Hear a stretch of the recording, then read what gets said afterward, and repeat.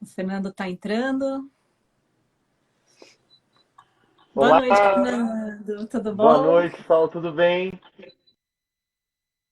Tudo ótimo. Ixi, cortou um pouquinho. Tá boa a conexão? Tá me ouvindo normal? Tô te ouvindo bem, tô te ouvindo bem. Você tá me ouvindo? Tá cortando um pouco para mim. Eu não sei se para as pessoas está cortando também. A minha agora cortou um pouquinho. Vamos ver.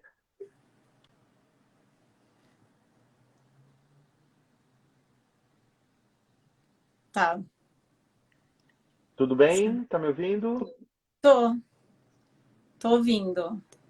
Eu tô no Wi-Fi, mas qualquer coisa eu mudo pro 4G aqui. Eu tiro o Wi-Fi. Mas eu tô bem Tá pertinho bem, eu tô do no Wi-Fi. 4G aqui que tá melhor. Então tá.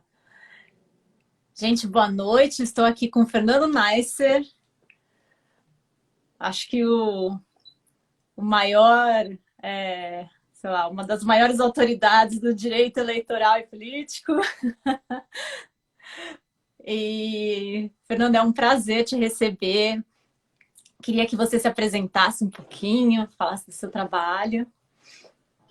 Beleza. Primeiro, Sol, a alegria é toda minha. Uma super alegria de poder participar desse bate-papo com o pessoal do Tá na Constituição. Parabéns pelo trabalho de vocês. É absolutamente imprescindível levar um pouco do conteúdo da nossa Constituição, da ideia de Estado democrático de direito para todas as pessoas, com uma linguagem acessível, como vocês fazem. Parabéns. Eu sou Fernando Neisser, sou advogado, sou professor na área de direito político, direito eleitoral. Advogo já há quase 20 anos. Fiz meu mestrado e meu doutorado na Faculdade de Direito da USP. Tenho alguns livros publicados nessa área. Presido a Comissão de Direito Político Eleitoral do IASP, o Instituto dos Advogados de São Paulo. Fui fundador da ABRADEP, que é a Academia Brasileira de Direito Eleitoral e Político, uma entidade muito legal, muito bacana, super plural, que reúne não só advogados, mas também professores, professoras, servidoras e servidores da Justiça Eleitoral, juízas e juízes.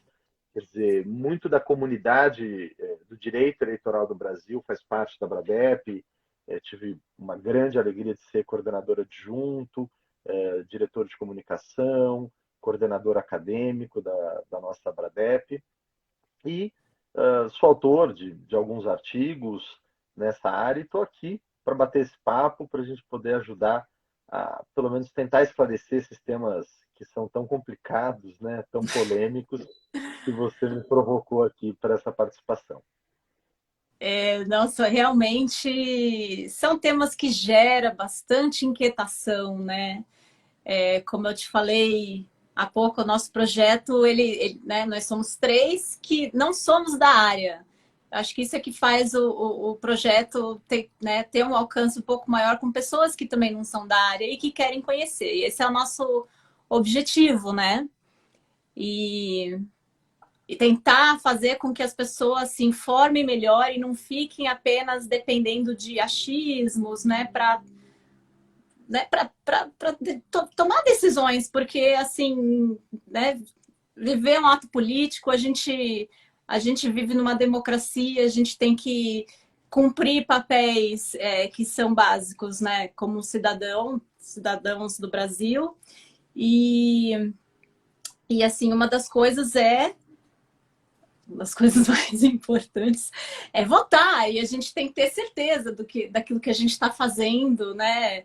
É, não só ver as propostas das candidaturas, mas também assim ter segurança de que o processo eleitoral ele é um processo seguro, né? Então, acho que por isso que esse assunto é tão instigante, né? E acho que eu gostei muito, né? Você me mandou, eu peço assim para sempre me mandarem um material, justamente porque sou leiga no assunto, né? Mais entusiasta mesmo de conhecer melhor. E, e eu achei bem interessante esses artigos que você me mandou. O Fernando me mandou um artigo dele sobre fundo eleitoral e um artigo, né, sobre urna eletrônica, que são os assuntos que a gente vai falar, e mais 2 artigos, um de cada assunto, com, né, outras visões, digamos assim. E esse do fundo eleitoral você tinha escrito, acho que em 2015, não, foi anterior a essa Foi última 2015, mini reforma, né, que teve. Eu estava esperando. Não, acho que foi isso. 2015 ou no início de 2017, estava esperando ainda que ainda não tinha essa acho que não tinha se formado a lei do fundo eleitoral, 2017. né? Foi 2017, já tínhamos o fundo. Já tínhamos o fundo. Então, assim, só para esclarecer, né, que eu acho que as pessoas não têm ideia que tem o fundo partidário e tem o fundo eleitoral, né? São coisas diferentes. Pode falar um pouquinho para a gente? Claro, vamos lá. Historicamente no Brasil, a gente sempre teve alguma quantidade de recurso público sendo direcionado para a manutenção das atividades políticas, né? Originalmente, a gente tinha o fundo partidário, cuja finalidade sempre foi a de manter os próprios partidos políticos vivos, custear as despesas normais dos partidos políticos, aluguel da sede, funcionários, viagens, enfim, atividade política que é essencial, que é necessária para que os partidos políticos possam difundir as suas ideias. E nós tínhamos o custeio da eleição em si feito primordialmente com recursos privados, particulares. Quer dizer isso? Por que primordialmente? Porque os partidos também podiam colocar, e sempre colocaram, alguma coisa do fundo partidário nas eleições, mas sempre uma quantidade muito pequena, né? O fundo partidário, ele, para mim, para o meu bolso, ele é muito dinheiro, mas quando você pega e divide entre todos os partidos, entre todos os cargos que estão em disputa, é muito pouco para custear as campanhas propriamente. E como que era o nosso financiamento privado? Eu acho que é importante a gente relembrar isso, enfim, entender como é que isso funcionava. Historicamente, o Brasil tinha a doação das pessoas físicas, né? Só. Tivemos lá atrás, para muita gente que talvez esteja nos assistindo, nem viram isso, ou nem se lembram disso, o escândalo Collor, a CPI do caso Collor, que levou ao fim e ao cabo ao impeachment do então presidente Fernando Collor, e chegou a algumas conclusões muito curiosas. Uma delas, de que nós tínhamos um sistema muito opaco de financiamento de campanhas. O dinheiro ele era arrecadado sem uma necessidade de uma prestação de contas tão exata. Havia dinheiro que entrava por fora, no caixa 2, de pessoas jurídicas, de empresas que eram proibidas de doar na época. E a CPI do caso Collor recomendou, como uma medida ética, como uma medida para melhorar a transparência, que as doações de empresas entrassem na nossa lei e fossem permitidas até um determinado limite. Partindo de uma ideia, né, que até hoje se tornou moda no debate democrático mundial, de que dinheiro e poder, Sol, sempre vão caminhar juntos. A gente pode fechar os olhos, a gente pode achar que não, a gente pode querer que não, mas eles vão caminhar juntos. Aonde existe poder, quem tem dinheiro vai estar atrás querendo influenciar a escolha desse poder. E, portanto, a leitura que sempre se teve, e aí é um trecho até de uma decisão da Suprema Corte Americana, é dizer que o dinheiro e o poder ele é como o vazamento do apartamento de cima. Se você não tem um cano para essa água que está em cima descer, ela vai se infiltrar na parede, ela vai descer de um jeito oculto, ela vai minando ali a sua estrutura e uma hora a sua parede cai, porque você não sabe por onde essa água estava passando. Melhor é ter um cano. Eu sei por onde a água está passando e sei quanta água está passando. Essa foi a leitura que o Congresso Nacional teve lá atrás para trazer as doações empresariais para as campanhas no Brasil. E, rapidamente, óbvio, as doações empresariais viraram a maior parte do custeio das nossas campanhas. E esse valor foi subindo estratosfericamente, até que a gente chegou na eleição de 2014, em que um grupo econômico doou, somando todas as campanhas do qual participou, mais de 400 milhões de reais, e foi a gota d'água para que, enfim, a sociedade, o Congresso e o Supremo Tribunal Federal especificamente dissessem: as doações empresariais são inconstitucionais. Elas não podem fazer parte da democracia, já que elas não são cidadãs e não podem votar. Pessoalmente, discordo dessa decisão. Acho que é uma decisão apaixonada do nosso Supremo. Acho que hoje talvez não houvesse aquela mesma maioria para tomar essa decisão. Fato é que ela foi tomada. E a partir daí, as campanhas não tinham mais recursos. Elas não tinham como funcionar. E nada pior, Sol, do que uma campanha sem recursos. É, Porque ela vai buscar esse dinheiro de algum lugar. E exatamente. principalmente no mundo em que nós temos PCC, milícias, grupos fundamentalistas querendo influenciar na política, esse dinheiro vai entrar por fora. A solução dada foi criar o fundo eleitoral, um dinheiro não mais direcionado aos partidos para sua manutenção do dia a dia, mas um dinheiro voltado para custear as campanhas eleitorais. E esse é o fundo eleitoral, e essa a diferença do fundo eleitoral para o fundo partidário. Muito bom. Quer dizer que em 2014 parece que o cano meio que estourou, assim. Em 2014, eu acho que o cano estourou. Estava por dentro, mas acho que mesmo assim era água demais para passar por esse cano. E como é que era? Existia algum tipo de... bom, você tinha um cano, existia uma auditoria nesses valores que eram Existia. recebidos? Tinha um A gente, sistema, né, de... a gente, paulatinamente, pelo menos desde 2002, 2004, a Justiça Eleitoral ela veio se equipando cada vez mais para bem fiscalizar as contas de campanha. É um trabalho muito difícil, não é fácil. Faço aqui até minha homenagem aos servidores da Justiça Eleitoral, que são excepcionalmente bem preparados, muito estudiosos, conhecem o tema como poucas pessoas no Brasil, mas não é fácil fazer esse tipo de controle. Claro que havia dinheiro por fora e havia muito dinheiro por dentro. Nós tínhamos um problema específico e que nos tornava, pelo menos à época, diferentes de todo o resto do mundo. O limite de doação era um percentual sobre o faturamento da empresa no ano anterior. Isso é um absurdo, porque isso permite, primeiro, que empresas gigantescas façam doações gigantescas, e isso permite que uma empresa influencie mais do que outra, que uma pessoa influencie mais do que outra. Até hoje, o nosso limite de doações de pessoas físicas, de cidadãs e cidadãos, também é assim. É um percentual do que a pessoa declarou no ano anterior. Quer dizer, a nossa lei, ela permite, ela positiva a diferença entre as pessoas. Quer dizer, Sim. se eu ganhei 50 mil reais no ano passado, eu posso doar 5 mil reais para campanhas eleitorais. Se eu ganhei 10, eu posso doar 1.000. Se eu ganhei 1 milhão, eu posso doar 100 É mil. uma elitização, assim, né? Quem pode mais, né? Quem tem mais sempre E vai poder mais e... não há exemplo de país no mundo que segue esse modelo, né? Há uma entidade internacional muito respeitada que debate regras eleitorais, chama IDEA International, sediada em Estocolmo, que faz ano a ano relatórios descrevendo como são as regras eleitorais por temas, né? Financiamento, propaganda e tal. E o mais comum é que possam pessoas físicas e muitas vezes pessoas jurídicas doarem com um limite fixo. 10 mil, 20 mil, 30 mil, 50 mil, depende do cargo.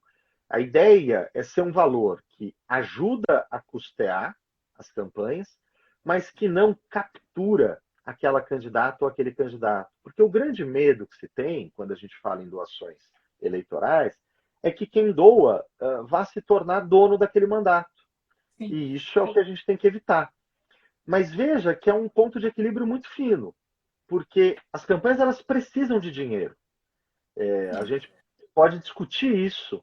Quanto dinheiro uma campanha precisa? Para que elas precisam de dinheiro? Por que eu não posso ter uma campanha, por exemplo, só com lives de Instagram na internet, né, que é de graça? Por que isso não é viável num país como o Brasil? Mas fato é que elas precisam de dinheiro. E o orçamento público também não é suficiente para custear tudo, né? A gente tem Se você Claro, somar claro. todos os gastos de campanhas eleitorais, a gente chega a valores de 3, 4, 5 bi.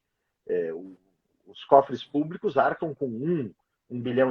Quer dizer, tem um gap aí, uma diferença, que não dá para tirar mais dinheiro do orçamento. Então, a gente precisa achar um equilíbrio em que as pessoas possam participar, doar dinheiro no mundo capitalista é mostrar o seu apoio, né? Como a gente faz isso com todas as pautas que a gente concorda, uma série de movimentos cívicos na internet envolvem doação. Mostre que você apoia tal pauta, doe. Essa Sim, é a sim. linguagem do mundo capitalista. Por que, que a gente não pode doar para campanhas, né? Mas a gente tem um histórico muito baixo de doações cívicas, de doações de cidadãs e cidadãos, e querendo ou não, as empresas faziam essa função e hoje parte disso entra, parte significativa disso entra por via do fundo eleitoral dos cofres públicos. Isso é um modelo, Fernando, né? Como você falou da a ideia, Chama é, Ideia que, International, que Idea International. a Idea International que demonstra também os modelos de outros países, né? Tem algum que você considera assim, o mais próximo do ideal? Claro que a gente nunca vai ter, porque a gente tem uma peculiaridade que é Brasil, né? Nenhum modelo você vai conseguir chegar e encaixar aqui né, no nosso país, mas algum próximo? Eu acho que existe uma ideia muito boa que o Brasil poderia copiar, que eles chamam de matching system, sistema de casamento, de pareamento, coisa que o valha, que há na Alemanha, há no Canadá, há em alguns outros países, mas esses são dois bastante significativos, que resolve um problema específico. Quer dizer o seguinte: como é que eu vou dividir o dinheiro público entre os partidos? Essa é uma pergunta muito fundamental, porque ela vai dizer quão fortes esses partidos vão estar na eleição. Sim, Veja que o sistema brasileiro ele é um sistema que ele olha no retrovisor.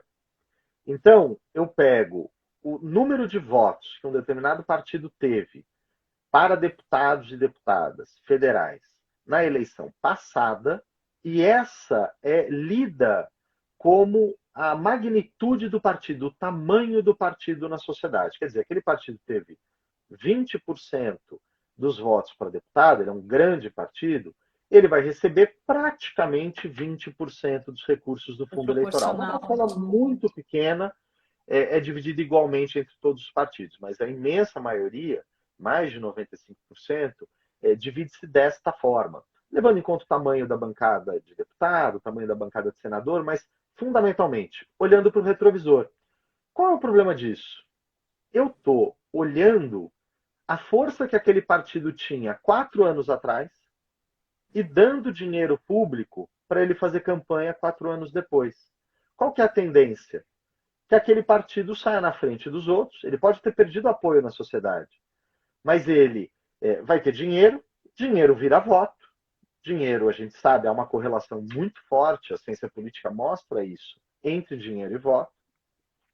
E, portanto, a gente está usando o dinheiro público para cimentar uma realidade que não existe mais. E como é que é esse modelo do matching system, do pairing system da Alemanha e do Canadá? Imagina que eu tenho o mesmo bilhão de reais, ou tanto faz quanto eu tenho de dinheiro público para separar. Mas eu quero saber como é que a sociedade hoje quer atribuir esse dinheiro. Como é que os partidos hoje estão representados na sociedade? Ora, eu divido isso entre todos os cidadãos. Vamos imaginar que a gente tivesse 100 milhões de eleitores, a gente tem um número parecido com isso, um pouco maior que isso. É como se cada cidadão tivesse 10 reais para alocar de dinheiro público. Basta criar um sistema em que cada cidadão diz: os meus 10 reais eu quero dar para o partido A. O outro vai dizer: os meus 10 reais eu quero dar para o partido B. Dessa forma, a gente usa dinheiro público, que eu acho importante, vamos voltar nisso, mas eu acho importante, mas a gente usa o dinheiro público refletindo como a sociedade está dividida agora, e não como ela estava dividida 4 anos atrás. E por Sim. que eu acho importante usar dinheiro público, né, pessoal? Essa é uma pergunta que sempre que a gente fala de fundo, pô, mas a gente tem tantas demandas, né? O Brasil é um país pobre, a gente, né, passando por uma crise, uma pandemia, por que a gente não usou o dinheiro do fundo eleitoral no ano passado, por exemplo, Isso foi bem para questionado também, né? foi super questionado para enfrentar a pandemia. Veja só, o Estado ele tem algumas obrigações que elas são absolutamente inalienáveis. Ele não pode dar para ninguém fazer isso ao invés dele. O Estado tem que garantir a segurança, o Estado tem que garantir a educação, o Estado tem que garantir emprego, renda, lazer e democracia. Garantir a democracia é uma das tarefas obrigatórias do Estado. Só que a democracia, assim como a educação, saúde, lazer, tem um preço. E um preço monetário, um preço que ele precisa ser pago com dinheiro do imposto, ou seja, dinheiro de todos nós. Esse preço significa campanhas eleitorais. E por que, que a gente precisa de campanhas eleitorais? Por que, que eu não posso fazer uma campanha que seja, vamos dizer, as pessoas, os candidatos, as candidatas atrás de um balcão, num debate, só expondo as suas propostas? Por alguns motivos. Primeiro motivo, porque o Brasil é um país desconectado. Nós temos praticamente metade da nossa população sem acesso à internet. Então, imaginar que uma campanha de internet chega nas pessoas é falso. Com Segundo certeza. motivo, a internet não é tão democrática quanto muita gente pinta. A internet ela distribui o acesso às redes de acordo com os algoritmos das plataformas, seja Instagram, seja Facebook, seja YouTube, qualquer das plataformas. A regra é que ou você paga para chegar nas pessoas, ou você só chega num grupo muito pequeno de pessoas. Sim. Terceiro motivo é que o Brasil é do tamanho da Europa. O Brasil é um país muito grande. Eu costumo fazer uma brincadeira quando eu falo sobre isso, só que se a gente pegar os quase 6 mil municípios brasileiros, imaginar uma campanha presidencial em que eu tenha 10 pessoas trabalhando na campanha em cada município, claro que em São Paulo, no Rio de Janeiro, eu vou ter muito mais que 10, e municípios muito pequenos eu talvez não vá ter, mas só para fazer uma conta de padaria, eu estou falando de 60 mil pessoas. Se essas pessoas ganharem R$ 1.000, um salário mínimo, aproximadamente, por mês, só para ficar boa a conta, são 60 milhões por mês. 2 meses de campanha, 120 milhões. Isso sem contar uma folha de papel impressa, sem contar qualquer tipo de despesa de transporte. Então, fazer uma campanha de presidente da República no Brasil, e daí, claro que a gente tira as proporções, com 20 milhões, 30 milhões, é simplesmente impossível. Não As pessoas acontece. falam, mas a França gasta-se pouco. Não, a França é do tamanho do estado de São Paulo. Uma campanha presidente da França custa 30 milhões de euros. 30 milhões de euros hoje é 150, 160, 180 milhões de reais. Uma campanha de governador em São Paulo custou 20 milhões de reais na última eleição. Nós não estamos gastando muito. Comparado ao resto do mundo democrático ocidental, que é o que dá para comparar, nós não gastamos muito. O problema, ou a característica, é que o Brasil é gigantesco, tem uma população de quase 200 milhões de pessoas e um tamanho igual ao da Europa. Portanto, qualquer campanha aqui precisa ser paga. E aquilo que a gente falou no começo, se não entrar um dinheiro lícito, vai aparecer um dinheiro ilícito. E a gente, pelo menos eu acho melhor saber quem está bancando, seja um cidadão, uma cidadã, seja uma empresa, se fosse possível, seja os cofres públicos, do que ser a milícia, do que ser o PCC, do que ser o crime organizado, que é quem entraria no lugar. Com certeza. Bom, antes da gente continuar, eu vi aqui que o Thiago Anastácio entrou faz um tempinho já, mas eu não queria interromper o raciocínio, só para agradecer, porque o Anastácio fez esse meio de campo com a gente e agora a gente está tendo essa oportunidade tão bacana, né, de fazer essa live com você. Então, Thiago, fica aí o meu agradecimento. Tia é E um eu vou... queridíssimo irmão, meu mais do que querido amigo. Valeu, Ti. Brigadão por tudo sempre, cara. Agora tem umas perguntas aqui que o pessoal deixou, vamos ver. Cadê? Eu tenho um campinho aqui das perguntas. Espera aí.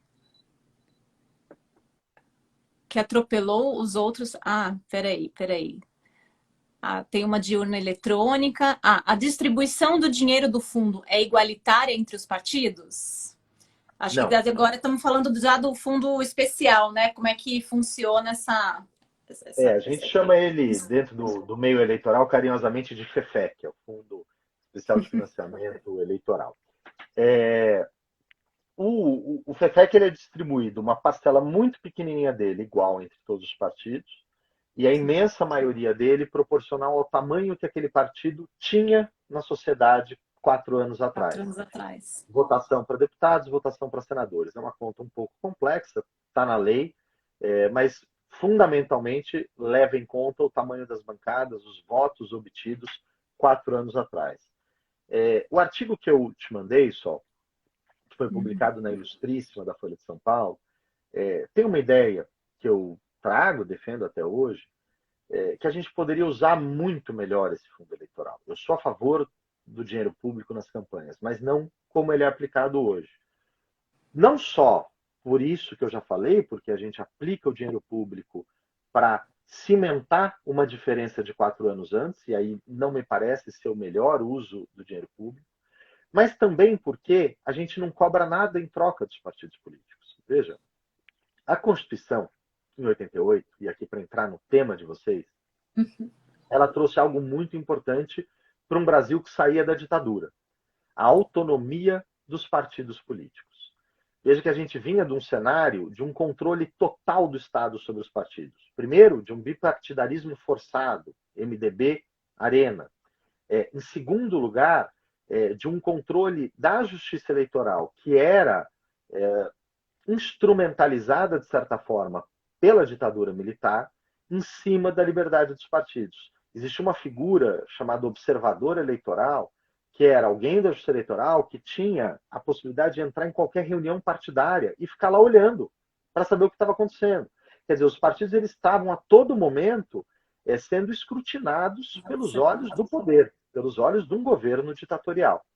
Nada mais natural que no debate constituinte de 86 e 87, tudo que os partidos queriam era se afastar desse controle. Autonomia, né? E, portanto, inscreveram na Constituição uma autonomia forte, ou seja, o Estado não pode se imiscuir nas questões internas dos partidos políticos. Essa é a regra.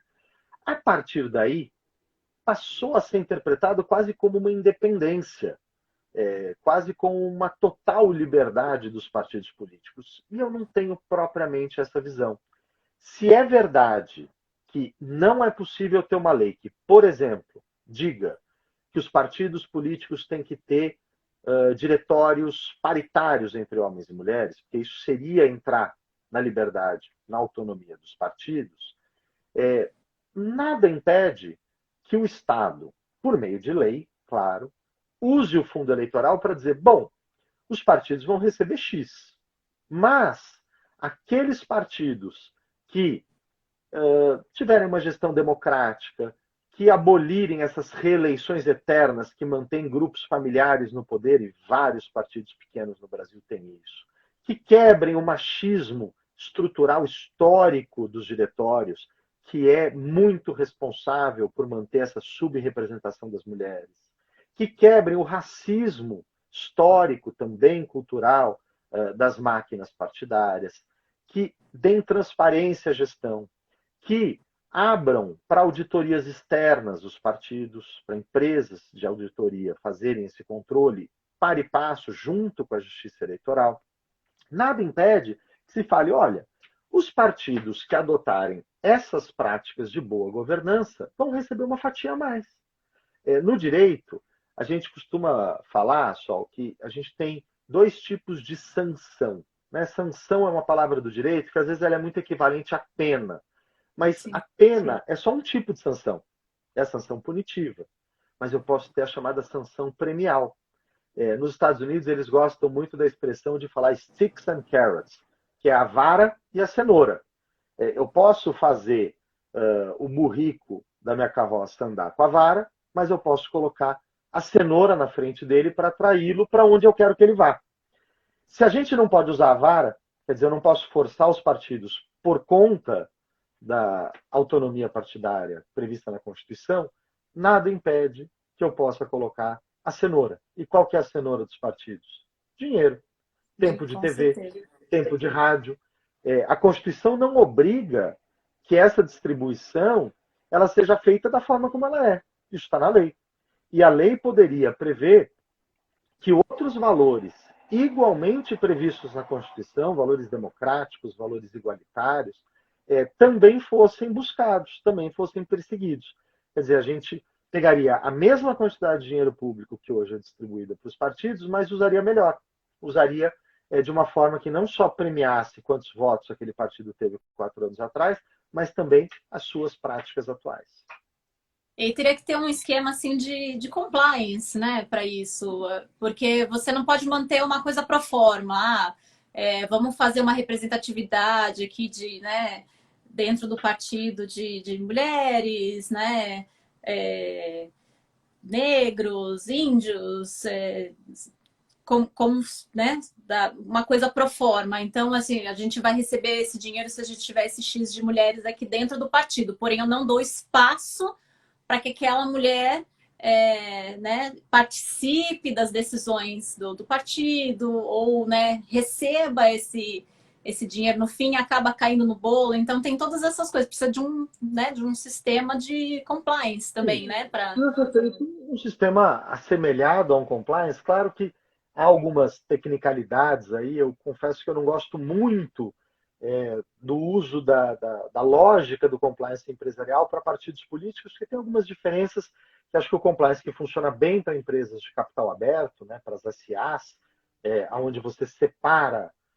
o dono da empresa, os acionistas, dos diretores, dos gestores, isso não tem nos partidos, porque quem gere os partidos são os diretórios. Então, essa figura ela se mistura um pouco. Então, a ideia própria do compliance, eu acho que ela acaba sendo um pouco uma maquiagem que tem se colocado nos partidos. O que a gente precisa é regra. Dá para colocar na lei, e dá para isso ser fiscalizado pela Justiça Eleitoral, regras de que os partidos precisam cumprir. Hoje os partidos já têm que cumprir essas regras. Na verdade, a gente já tem hoje punições aos partidos que tira deles dinheiro quando eles não cumprem regras específicas financeiras. Então, o partido ele não aplicou bem os recursos que ele recebeu, ele não comprovou direito às despesas, ele sofre glosas, ele sofre cortes para os próximos repasses.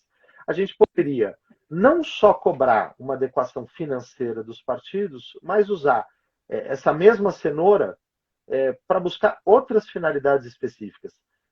Queria só parabenizar aqui, Sol, acabou de entrar a querida Amanda Cunha, que está lançando um livro fantástico junto com o professor Luiz Magno, de Santa Catarina, sobre o direito sancionatório eleitoral. Parabéns, Amanda, belíssimo trabalho, o primeiro livro dela, queria só deixar aqui registrado.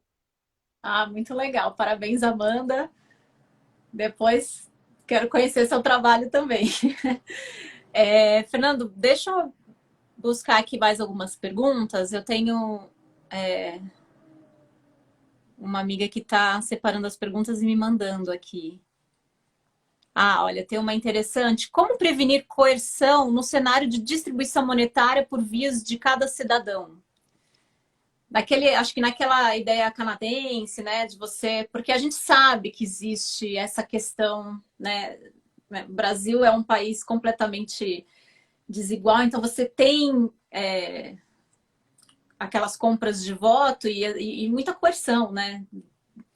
Eu acho, a pergunta é muito boa, e eu Sim. acho que a resposta a ela é exatamente a mesma que se dá para como evitar a coerção do voto. Veja, você precisa garantir, primeiro, que as pessoas possam fazer essa escolha de uma forma isolada, que elas não estejam pressionadas. E daí já até adianto, por que eu acho que hoje, ou talvez até num futuro próximo ou médio, nós não temos como cogitar a ideia de um voto à distância. Seja de um voto pelo correio, como tem nos Estados Unidos e em alguns países da Europa, seja um voto pelo celular ou pelo computador. E nós não temos como, não é porque não existe tecnologia para isso. Existe, vários países têm adotado. Mas nós temos uma compra de votos endêmica no Brasil, nós temos uma coerção eleitoral endêmica no Brasil, e, portanto, para garantir a liberdade das pessoas, é importantíssimo que as pessoas elas saibam que elas vão dar o voto delas ou elas vão escolher para quem atribuir dinheiro do fundo eleitoral, tanto faz, sem que possa ser cobrado, sem que alguém saiba em quem elas votaram. Isso é absolutamente imprescindível no Brasil. Sim, tanto que né, o voto secreto, ele é uma cláusula pétrea, né? Ele é uma cláusula pétrea que acho que entra bem no nosso próximo tema. Exatamente, já podemos entrar então agora para falar sobre a urna eletrônica que gera tantas discussões calorosas, né? Muitas pessoas partem já da premissa que, bom, se é eletrônico, eu já vejo fraude aí, né? E é uma premissa, assim, é comum, acho. Acredito que você já deve ter escutado isso muitas vezes. Não, mas espera aí, como é que eu sei que aquele voto que eu coloquei na urna, a urna já não vai lá e vai mudar o meu voto? Então, acho que né, acho que a primeira inquietação das pessoas, assim, porque se eu escrevo no papel e o papel cai ali na urna, eu sei o que eu escrevi, eu sei o que caiu e sei que isso não vai ser modificado. Ou não. Vamos lá, eu acho que esse assunto ele é um assunto é, muito importante. Ele já era, ou sempre foi um assunto importante, mas ele ganhou muito relevo nos últimos anos no Brasil, especialmente por conta do discurso de enfrentamento da justiça eleitoral que parte da sociedade brasileira embarcou. A gente vive numa sociedade, Sol, que, ao menos lá desde os anos 80, né, um sociólogo alemão bastante importante, Ulrich Beck, chama de sociedade do risco, que é essa sociedade moderna em que a gente fundamentalmente tem que se apoiar em conhecimentos técnicos que nós não temos e a gente tem que confiar neles.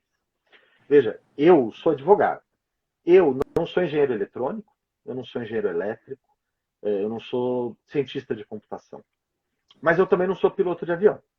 E eu entrego a minha vida para um piloto de avião que eu não sei como é que aquele avião foi construído, eu mal e mal pelas minhas aulas de física do colegial, entendo razoavelmente como é que ele funciona do ponto de vista aerodinâmico, mas nada além disso. E eu entrego a minha vida para ele. Essa é a vida na nossa sociedade moderna. A gente terceiriza esses riscos.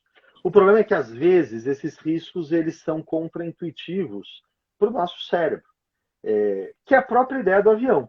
Né? Quantas pessoas têm medo de voar de avião, mas não tem de carro? Quando a hora que você olha as estatísticas e os números, a chance de você morrer num acidente de carro é muito maior do que num Com acidente de certeza. avião. É mais ou menos isso que acontece com a urna eletrônica. Veja, o Brasil embarcou na ideia da urna eletrônica, foi um dos primeiros países a entrar nisso. E entrou com uma lógica muito própria e muito boa. O que o Brasil pensou ali atrás? Falaram assim, olha, a gente precisa ter um sistema que seja brasileiro, que ele seja pensado para a nossa realidade. Portanto, eu não posso ter, claro que na época nem existia, mas como se fosse hoje, eu não posso ter um tablet, eu não posso ter algo complicado de mexer, eu não posso ter algo frágil, que se cair no chão quebra. Porque o Brasil é um país grande, com rincões, com floresta, com deserto, com planalto, planície, com todos os possíveis espaços aonde alguma coisa pode acontecer. Nós temos que ter uma urna robusta, pesada, simples. Na época ainda, o Brasil contava com uma quantidade de analfabetos muito maior do que hoje. Daí a ideia de uma urna numérica e números colocados no formato dos telefones de então, que era uma forma de comunicar que as pessoas, mesmo que as que não sabiam ler e escrever, sabiam usar o telefone. E, portanto, conseguiriam entender aquela lógica por trás. A urna eletrônica, ela é curiosa porque quando a gente olha, né, quem começou a votar como eu, mais ou menos na época da implantação da urna eletrônica, né, a urna começa a ser implantada ali em 96, fundamentalmente, eu tinha 16 anos na época, ela parece igual, mas por dentro ela mudou 1000 vezes. A cada 2 anos ela passa por mudanças muito relevantes do ponto de vista tecnológico, do ponto de vista de segurança. É impossível, por exemplo, você ligar qualquer equipamento no teclado da urna eletrônica, seja para alterá-lo, seja para detectar o que está sendo digitado. Mas ela tem uma regra de ouro, Sol. A urna eletrônica ela é tão conectada à internet quanto um despertador elétrico. Quer dizer, ela não tem conexão, ela não tem um cabo, ela não tem modem, ela não tem antena, ela simplesmente não tem capacidade física de hardware de se conectar na internet. Ela é fundamentalmente uma calculadora que tem dois HDs, vamos dizer assim. Ela tem dois espaços onde ela guarda informação diferentes. Um primeiro espaço é ligado naquele teclado do mesário. Então, quando eu chego e entrego o meu título de eleitor, ou agora com e-título, né, faço a identificação pelo QR Code, aquilo libera uma ordem, falando, olha, tem um eleitor ou uma eleitora habilitado ou habilitada a votar. Ponto. Essa informação é jogada para o outro HD, que não sabe quem é o eleitor que está habilitado a votar. Ele simplesmente recebe uma ordem dizendo, receba o voto de alguém.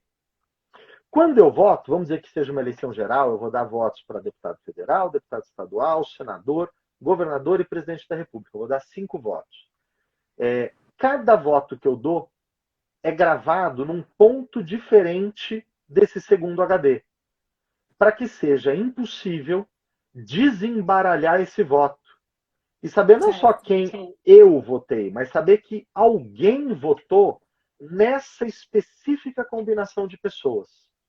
Portanto, não só é impossível fazer a quebra do sigilo, saber em quem eu votei, como é impossível saber que alguém votou na Maria para deputado federal, no Zé para deputado estadual, no João para senador, na Clara para governadora, que fez este voto conjunto. Muito bem. Mas como saber que a urna não foi mexida? Que ninguém colocou ali um programa que, por exemplo, se eu apertar o número X, ele muda para o número Y. Muda pro Né? Y, Que essa é a grande exatamente. pergunta, né? Vira e mexe, aparece alguma montagem por vídeo dizendo isso. Sim. Eu vi até um questionamento assim, não, mas quando é feito software, eles são conectados à internet e, de repente, neste momento da feitura do software, pode Exatamente. acontecer algum tipo de... E é uma pergunta razoável, uma pergunta muito boa. Vamos lá. A urna ela tem muitas fases de auditoria, ou seja, muitas fases em que todo o seu conteúdo é aberto para que a sociedade, cientistas da computação, partidos políticos, Ministério Público, OAB, todos possam olhar o que tem ali e ver se as coisas estão certas. Então, o código-fonte da urna, que é o programa da urna, é aberto. Quando ele é aberto, todo mundo pode olhar, pode passar para técnicos, pode passar para cientistas da computação, cientistas de dados, para olharem e saberem, bom, tem algum comando aqui que diz que quando eu apertar o 1 vira 2, o 2 vira 1, o 3 vira 1, tá? Esse é um primeiro momento. Mas vamos dizer que depois que todo mundo olhou, depois que a urna foi inseminada, que é o nome que é dado para quando ela é carregada com o programa, ela foi lacrada, foi colocado ali um lacre físico na urna, quer dizer, um papel que se alguém tentar rasgar para enfiar alguma coisa, percebe-se que foi rasgado, ele é assinado pelas autoridades todas. Vamos dizer que ainda assim se conseguiu fazer alguma coisa. As urnas foram mandadas para as escolas. Sábado, antes da eleição, nós estamos falando. No sábado, o TRE, o Tribunal Regional Eleitoral daquele estado, faz um sorteio para a chamada votação paralela. E aí diz, olha, a urna número 10 da escola tal, da cidade tal, a urna número 50 da escola tal, da cidade tal, seleciona um número de urnas estatisticamente relevante e manda essas urnas voltarem. Essas urnas são substituídas pelas chamadas urnas de contingência, que são urnas que a Justiça Eleitoral tem para quando, por exemplo, quebra uma urna. E a urna ela não tem GPS. Né? Como eu disse, ela não está nem na internet, nem tem GPS. Então ela não sabe aonde ela está, se ela está na escola, ou se ela está na sede do TRE, ou se ela está na sede da zona eleitoral, e ela vai ser usada para auditoria.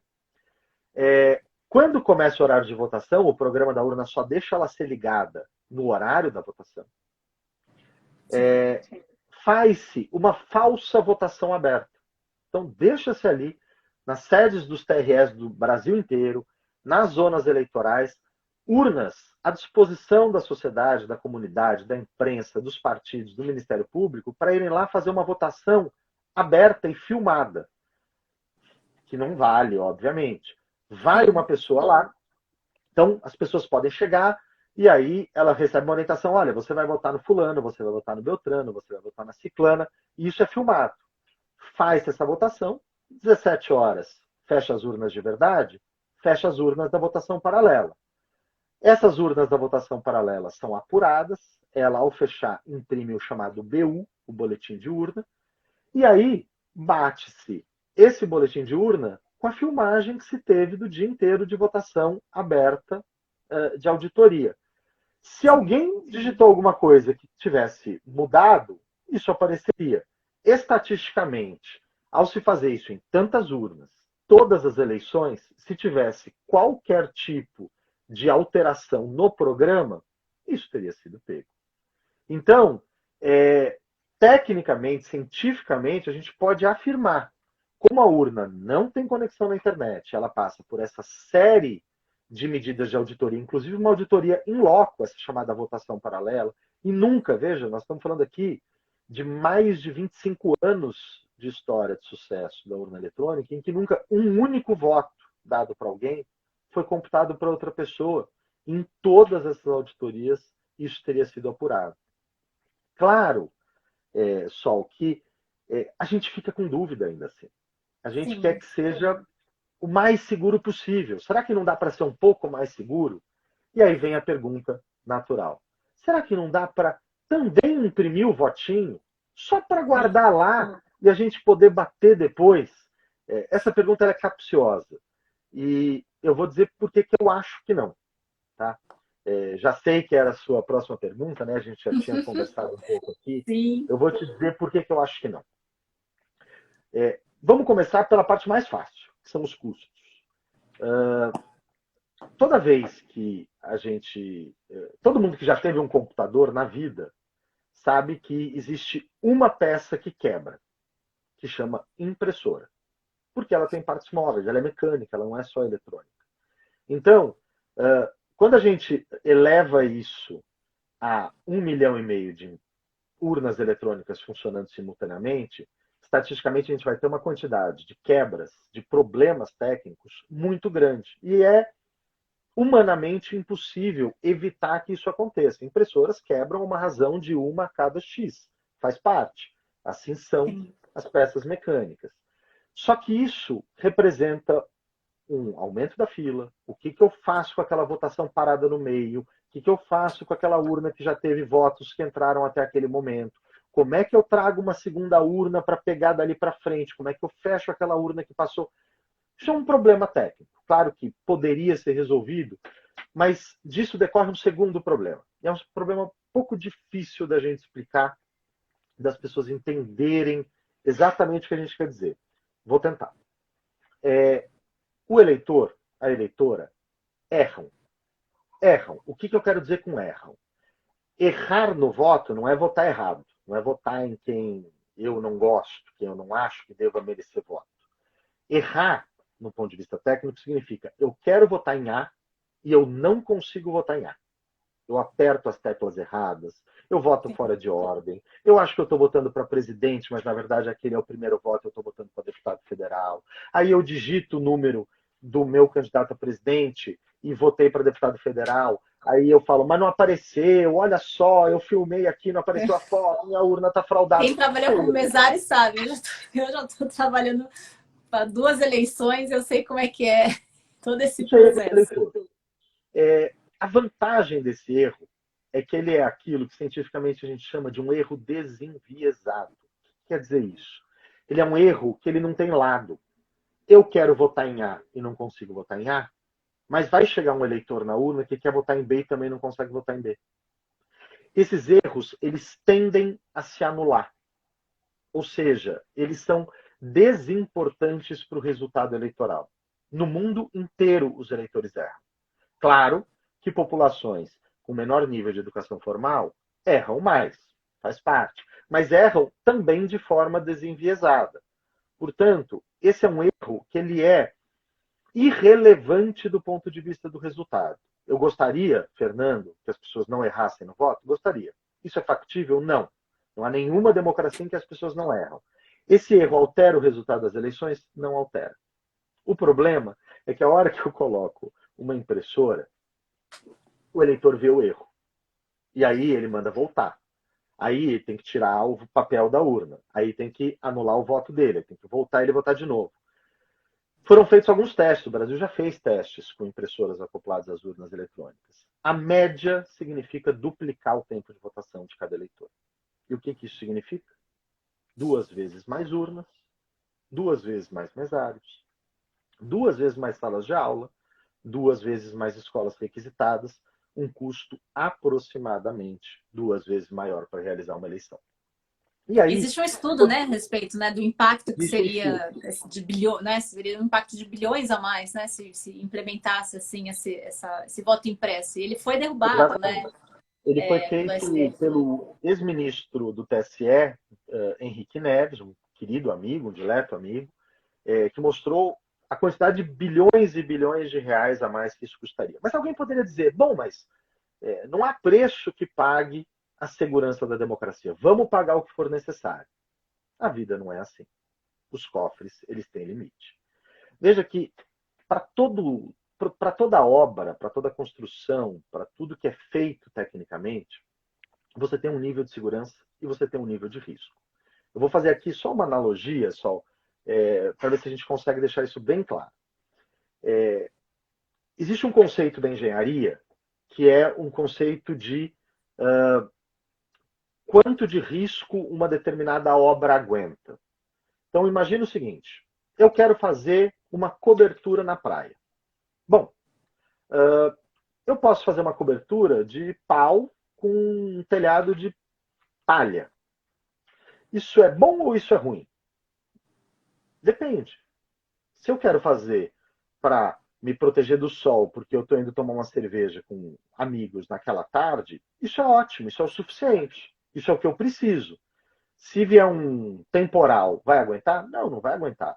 Se vier um furacão, vai aguentar? Não, não vai aguentar, mas também não foi feito para isso.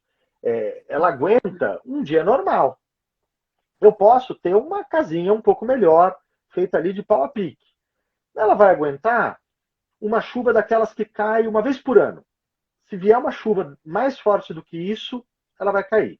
Bom, se for ser a minha casinha para eu tomar cerveja com meus amigos, tá bom também. Mas se for ser a casa que eu vou morar, não é suficiente. Certo? Bom, eu posso então fazer uma casa de tijolos, de cimento, de telha, que é o suficiente para aguentar uma chuva daquelas que tem uma vez a cada 50 anos. Mas se vier uma daquelas que vem só uma vez a cada 100 anos, ela vai cair. E é assim que são as construções. Eu poderia fazer uma casa de titânio que aguentasse um terremoto e um furacão daqueles que vem a cada 1000 anos? Poderia, só que isso tem um preço. O meu queridíssimo amigo Ademir, do Pará, está aqui comentando que um avião não decolaria se não tivesse uma margem de risco tolerável, e é exatamente isso. Se eu precisasse fazer para que eu deixasse um avião subir, ele tivesse que ser absolutamente imune a qualquer tipo de falha, na engenharia se diria, o custo dele seria infinito. Risco zero significa custo infinito. Eu tenho o chamado trade-off, é uma troca. Sim. Quanto maior o risco, menor o custo. Quanto menor o risco, maior o custo até o limite do infinito. O que eu quero dizer com isso? A nossa urna ela é muito boa e o nível de risco dela é muito bom para o tanto de dinheiro que a gente tem para investir nela. Se fosse só uma questão de inserir o voto impresso junto, para aumentar a sensação de segurança das pessoas, e mantivesse a segurança geral da votação, eu seria a favor. Porque é importante as pessoas acreditarem no sistema. Não basta que o Sim. sistema seja bom, as pessoas precisam saber que o sistema é bom. O problema é que o voto impresso piora o sistema. E aí a gente entra talvez no último ponto desse assunto que eu queria trazer para vocês. Só. Por que o Supremo, no Brasil, disse que o voto impresso no Brasil seria inconstitucional? Olha como isso soa estranho. Olha como isso Sim, soa exato. absurdo. Veja, nós temos voto impresso em várias democracias do mundo. Na Alemanha, o voto é impresso também. E lá não é inconstitucional. Por que que E na nossa esse é um grande questionamento, né? Ué, mas e essa urna eletrônica? Porque são poucos países, de tantos países, porque são poucos, e como o Brasil, e nessa geração de urna. Por que que aqui seria inconstitucional? E a resposta ela é simples. Porque aqui compra-se voto para dedéu. Porque aqui as pessoas, elas compram o voto e tudo que os compradores de voto no Brasil querem há décadas, Sol, é ter como cobrar para saber se o voto foi entregue. E hoje elas não têm como fazer isso. E no Brasil, eu costumo brincar, quando dou aula desse assunto, que compra-se muito mais voto do que se vende. Ou seja, muitos eleitores vendem o voto, supostamente, para 1, 2, 3, 4, 10 candidatos. No fim, podem votar em um desses ou não, ou votar em quem quiserem, porque ele sabe que o voto dele é indevassável, não tem como saber. A não ser, obviamente, naquela urna não ter nenhum voto para aquela pessoa, mas se tiver um e o sujeito, o candidato, tiver comprado 50 votos naquela urna, o sujeito vai falar, bom, fui eu. Quem roeu a corda foram os outros 49. E o comprador de voto não tem como saber. E qual é o problema do voto impresso? Lembra que quando eu falei que dos dois HDs e que quando a gente vota, o nosso voto ele é gravado em pontos diferentes do HD para que ele não possa ser desembaralhado? Pois é, quando eu preciso gerar um arquivo de impressão, eu tenho que juntar essas informações. E vai constar do relatório interno que todo computador tem, a urna é um computador, que é o chamado log da urna, que a geração daquele arquivo de impressão juntou aqueles 5 votos. Foi E naquela. nada mais fácil para um comprador de voto, que quem compra voto no Brasil são os candidatos proporcionais. É candidato a deputado, candidato a vereador. Porque candidato a presidente da República não tem como comprar voto, que nós estamos falando de dezenas de milhões de votos, em geral, de diferença. Quem compra voto no Brasil é candidato a vereador, candidato a deputado federal e estadual. Nada mais fácil do que eu, candidato, que quero comprar voto, chego para você, Sol, e falo, Sol, você vai votar em mim para deputado federal. Para presidente, você vai votar nesse candidato da extrema esquerda, para governador, nesse aqui da extrema direita, para senador, nesse desconhecido aqui, para deputado estadual, nesse outro desconhecido. Esse voto, ele estatisticamente é impossível de ser encontrado de forma aleatória na urna. E aí, quando eu for olhar a urna para fins de auditagem, eu vou ver se existiu essa combinação de 5 votos. E aí eu vou saber se a Sol cumpriu a palavra dela. E se ela cumpriu a palavra, eu vou dar o outro pé da bota. Se não, eu não vou dar. Que é aquela coisa da piada de que no Brasil se compra voto dando um pé da bota na ida e depois um pé da bota depois que o sujeito vota. O problema no Brasil do voto impresso é esse. Ele vai falar, bom, mas e na Alemanha? O problema é que na Alemanha não se compra voto. Pelo menos não É dessa uma outra forma. realidade, né? É uma outra A gente realidade. tem uma história, Sol. Alguns anos atrás, um ex-presidente aqui do nosso Tribunal Regional Eleitoral de São Paulo foi como observador eleitoral na Alemanha. E ele conta essa história que, né, acompanhando o dia de votação, ele entrou lá num local de votação e estavam cidadãos em fila e o sujeito chegava, dava o RG, o mesário abria um caderno em branco, escrevia o nome do sujeito, o número do documento, o sujeito assinava e ia votar e ir embora. E aí ele perguntou para a autoridade eleitoral que estava acompanhando ele, né? Falou, escuta, mas como é que você sabe que esse sujeito vota aqui? Ah, falou, não, ele pode votar onde ele quiser, né? Em qualquer lugar da cidade. Mas como é que você sabe que ele não votou 2 vezes? No que a autoridade olhou e falou, mas por que alguém votaria 2 vezes? O É uma problema é outra esse. realidade totalmente diferente da nossa. O problema é esse, quer dizer, no Brasil, lamentavelmente, a gente tem que ter um sistema que impede de toda forma Só um que os minutinho que meu compradores de gato quer. votos. Só um minutinho. Desculpa. O gato Imagina. ficou preso dentro do quarto. Peraí. Olha, Pronto. Liberei. temos Desculpa. que, imagina, nós temos que nos certificar de toda forma que seja absolutamente impossível para quem compra votos ter esse controle. E, portanto, no Brasil, o voto impresso, além de muito mais caro, além de muito mais lento, ele piora o nosso sistema e deixa o nosso sistema apto às fraudes. Se nós não queremos fraudes, a gente não tem como ter voto impresso. Veja que isso não significa que a nossa urna não possa avançar. Há modelos de urna sendo continuamente testados, gerações novas de urna, com gravações internas usando outras tecnologias, que o Brasil caminha para avançar. É uma mentira, é uma lenda que a nossa urna não evolui. Ela só mantém aquela cara de caixote velho dos anos 90, mas por dentro ela é um equipamento de altíssima tecnologia. E assim deve ser.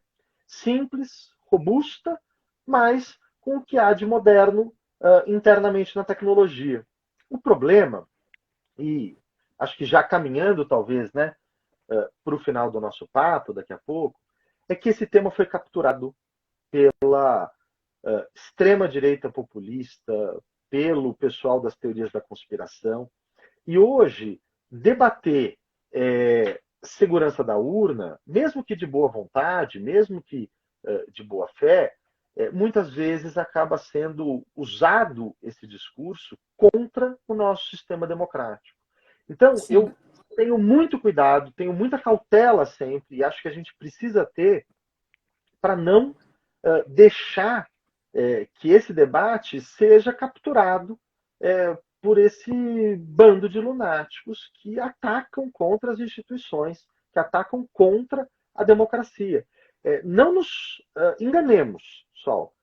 Não dá para falar, mas basta colocar o voto impresso que as pessoas vão ficar satisfeitas. Não, porque vai ter o próximo problema, e vai ter o próximo problema, e vai ter o próximo problema. Isso é só uma desculpa.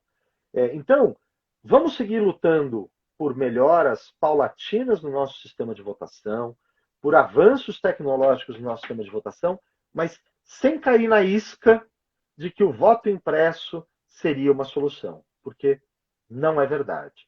E se há uma crítica muito contumaz e muito dura a ser feita, é a política de comunicação levada a cabo pela Justiça Eleitoral até coisa de talvez uns 2 anos atrás.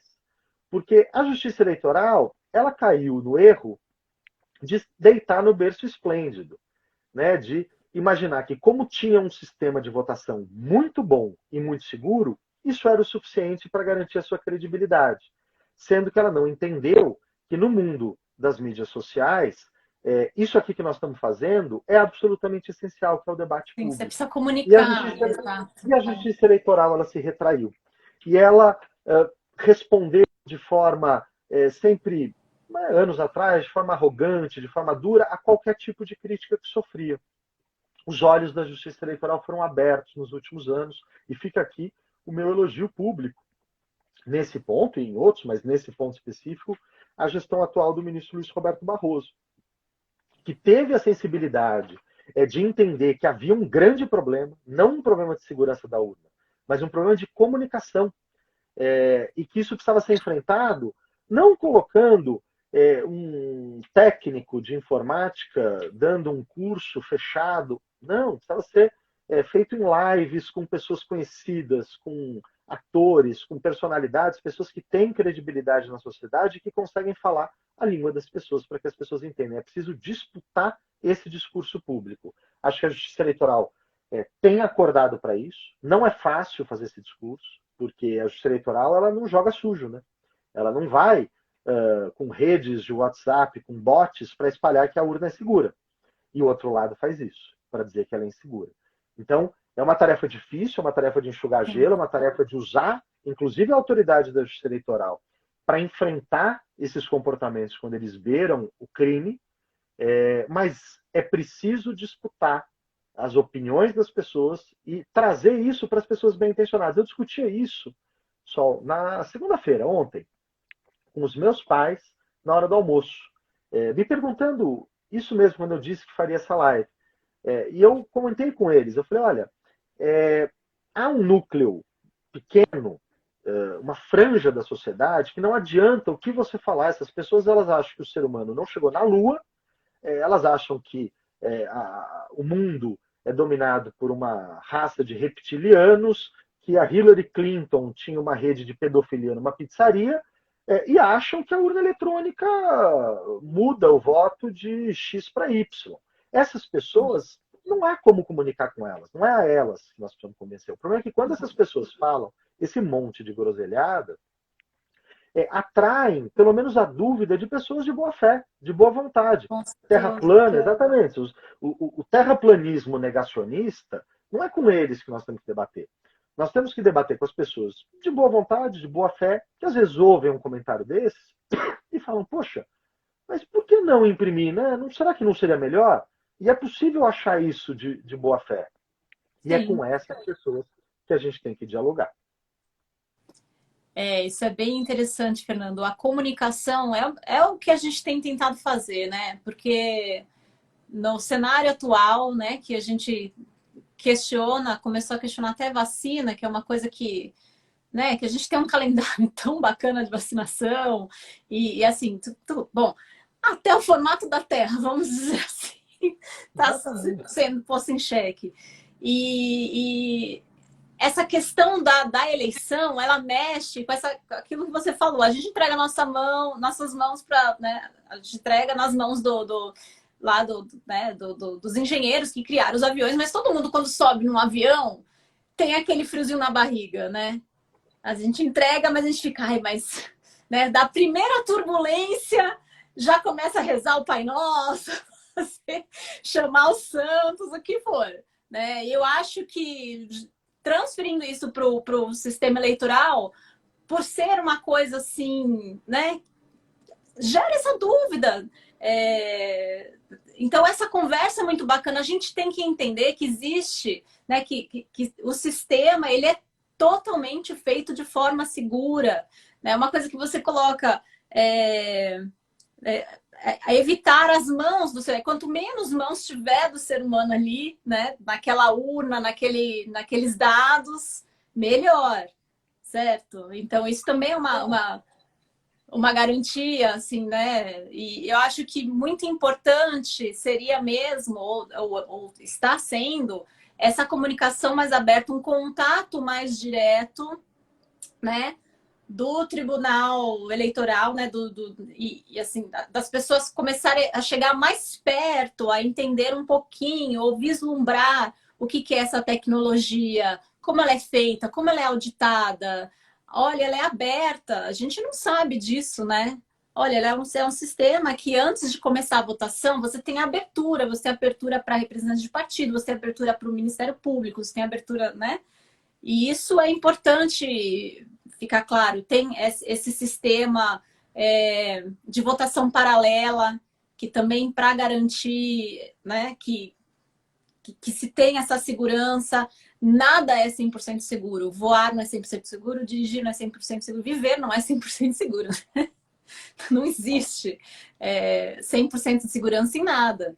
Mas a gente mitigou vários problemas, inclusive com a segurança do voto quando se instaurou aí a urna eletrônica, né? Exato. É importante lembrar, né?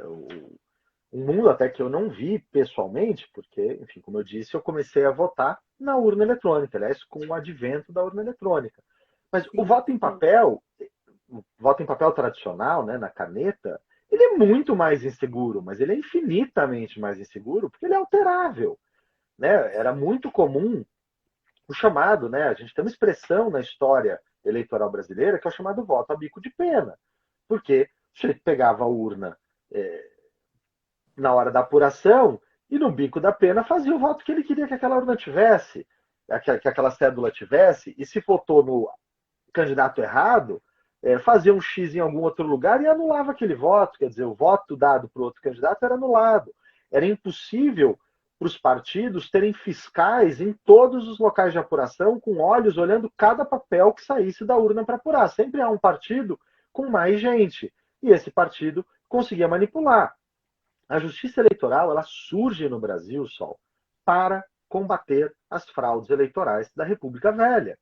A gente teve a implantação de uma democracia para inglês ver, assim como foi a nossa libertação dos escravos. A nossa República Velha ela é recheada daquelas histórias que a gente lê nos grandes clássicos nossos da sociologia brasileira, Coronelismo e Chá de Voto, Raízes do Brasil. Aquilo era a nossa democracia oligárquica dos anos 10, dos anos 20, até o começo dos anos 30. Quando a justiça eleitoral é criada, ela é criada com essa finalidade. Vamos tirar o controle das eleições da mão de quem está mais interessado nas eleições, que são os parlamentares, o poder executivo. Vamos dar para um poder, em tese, mais distante da disputa do poder, que é o poder judiciário. E o caminho que a justiça eleitoral sempre teve no Brasil foi o de reduzir os riscos, de reduzir a compra de votos, a corrupção eleitoral, as fraudes eleitorais. E é uma tarefa que nesses aí mais de 80 anos, ou quase 90 já, né, ano que vem, a justiça eleitoral faz 90 anos no Brasil, ela fez com primor, porque nós temos hoje um sistema eleitoral que é admirado, que é tido como um grande exemplo para um país que não é exemplo em muita coisa. Com certeza. E a gente sabe que as próximas eleições, isso vai ser muito questionado, né? Então a gente tem que estar preparado, deixar, quanto mais a gente puder deixar de informação para as pessoas, né, poderem consultar, entender, né? Quanto mais a gente puder comunicar isso, é melhor, né? Para que a gente não corra o risco, porque assim, a gente sente que a gente está quase em vias de destruir a nossa democracia, tanta enxurrada de desinformação né, que se espalhou aí e pôs em xeque tantas coisas da nossa democracia, né? Pois é, e não imaginemos, Sol, que sejam, vamos dizer, críticas bem intencionadas de cidadãos e cidadãs em dúvida. Há uma articulação por trás disso, há uma vontade de tirar a credibilidade do sistema, exatamente como foi feito nos Estados Unidos pelo governo Trump. Lá, olha que curioso, né? A crítica era ao voto impresso, né? Ao voto pelo correio. Aqui, a crítica é ao voto eletrônico. Por isso que o motivo da crítica, primeiro, não importa. Nunca vai ser suficiente. O que importa é tirar a credibilidade do sistema de votação para que você possa sempre ter uma carta na mão para dizer fui roubado, zero joguinho, vamos começar de novo, vamos fazer uma bagunça aqui, vamos dar um golpe. Então a gente precisa ter muita responsabilidade, muito cuidado. A desinformação é um problema sério da democracia, vale 1, 2, 10 lives só para debater desinformação. E a desinformação, quando ela se volta contra a credibilidade do sistema, ela é ainda mais grave. Com certeza, Fernando. Olha, eu queria agradecer imensamente essa live tão rica de informações, né? Eu acho que a gente conseguiu aqui clarear uma série de coisas, né? Sobre fundo eleitoral e sobre essa questão da urna eletrônica que se gera uma inquietação, né? Uma coisa calorosa assim das pessoas, aquele medo, a impressão que dá é que as pessoas estão lá no ar, no avião, e o avião tá naquela turbulência e fala, mas como que esse treco não vai cair? Eu tô no ar. É exatamente isso. Mas como? Eu não tô vendo. E muito obrigada. Deixa eu ver só se tem alguma pergunta aqui, rapidamente, peraí. Eu acho que as pessoas podem deixar perguntas depois e a gente pode trazer também aí numa próxima live. Quem sabe está sempre convidado para vir conversar mais sobre os assuntos pertinentes a direito eleitoral, direito político. E eu agradeço imensamente. Eu que queria agradecer, foi super gostoso, um clima muito bacana, comentários excelentes, obrigado mesmo, parabéns de novo pelo trabalho de vocês, recomendo demais o trabalho do Tá na Constituição, sigam com essa missão e vamos seguir nessa luta para manter a nossa democracia e seguir construindo ela passo a passo daqui em diante. Obrigado e boa noite. Boa noite, Fernando. Obrigada.